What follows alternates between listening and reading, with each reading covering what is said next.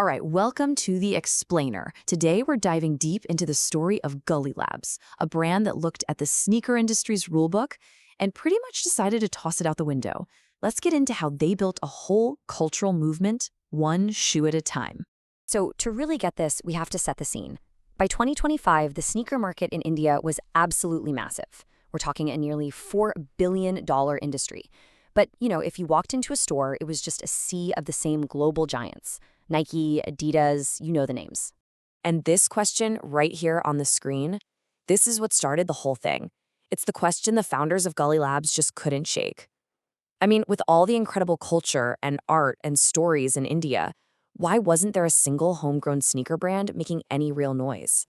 So the co-founders, Arjun Singh and Animesh Mishra, they saw this empty space on the shelf. But where some people might have just seen a void, they saw this massive, gaping opportunity.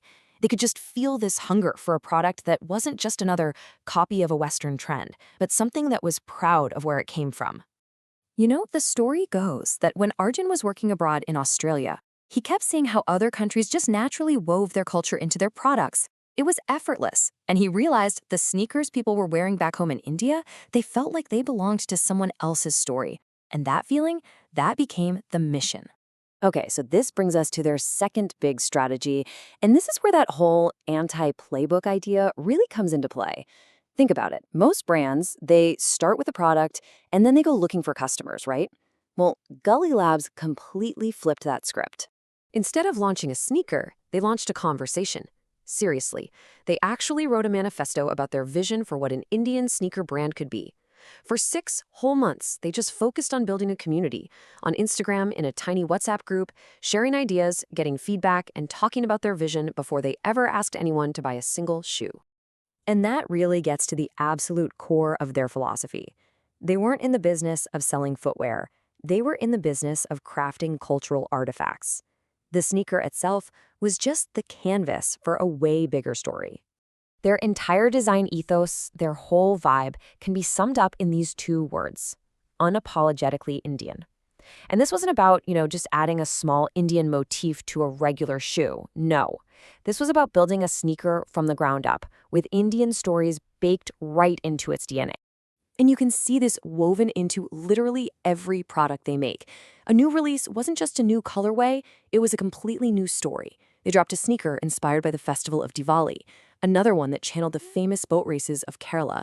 They even teamed up with an absolute icon of Indian culture like Royal Enfield. Okay, so how did they manage to move at the speed of culture? Well, this right here is their secret weapon. While a behemoth like Nike might take a year or more to develop a new design, Gully Labs owns its entire manufacturing process. That gives them this incredible speed and agility. When they had the idea for a shoe inspired by the Onam festival, they went from concept to a finished physical product in just 7 days. It's insane. But, this new unapologetic approach, it wasn't exactly met with universal praise. In fact, it kicked off this fierce and very public debate online. It created diehard fans and some really vocal critics, all at the same time. I mean, if you went on platforms like Reddit, the sneakerhead community was split right down the middle. Some people were celebrating the brand's originality, but a lot of others were attacking them, going after the price, the design, calling them overpriced, and is not up to par with the global brands they were used to. And this contrast just perfectly captures their whole journey. In December of 2023, a reel comparing their shoes to Jordan's went viral. Millions of views. They sold out their entire stock in 2 days. But at the exact same time, a negative Twitter thread calling them a cheap copy was also blowing up. Now, instead of hiding, the founder just jumped right into the conversation, sent the critic a free pair, and actually turned him into a fan. The wild part is, the hate generated almost as much buzz as the hype did. So all of this attention, the good and the bad, it all started to translate into very real, very tangible business success. They weren't just some small startup in a garage anymore. They were quickly becoming a serious player in the game. Eventually, their journey took them to Shark Tank India, where they landed a deal at an absolutely stunning valuation of 175 crore rupees. We're talking over 20 million US dollars. It was this huge public validation of their crazy, unconventional strategy.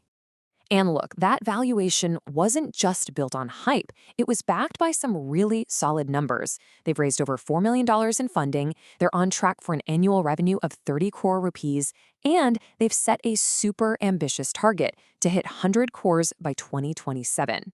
And maybe the most surprising stat of all is this one. A full quarter, 25%, of all their sales now come from outside India. They're finding a global audience that's hungry for their story, with London actually being one of their top markets. It just goes to show that an authentic Indian story has serious international appeal. And as you can see, even though they're pretty much the new kid on the block, they've quickly carved out a place for themselves among some very well-funded competitors. This isn't just a niche passion project anymore. They are a real force to be reckoned with in the Indian direct-to-consumer fashion world. So what's the big takeaway from this whole incredible story? Well, for any entrepreneur or creator watching this right now, Gully Labs offers some really powerful lessons on how to build a brand in today's world. Their journey basically gives us a whole new playbook. First, build your audience before you even have a product. Second, your unique culture isn't a gimmick, it's a competitive moat that big companies just can't copy. Owning your own production is a superpower for speed. And maybe most importantly, don't run from controversy. It might just be your most powerful marketing tool. Ultimately, the story of Gully Labs isn't really just about sneakers, is it? It's powerful, living proof that an authentic story, one that's deeply rooted in culture, can build a brand that resonates all around the world. And it leaves all of us with a pretty simple but powerful question. What story will you tell?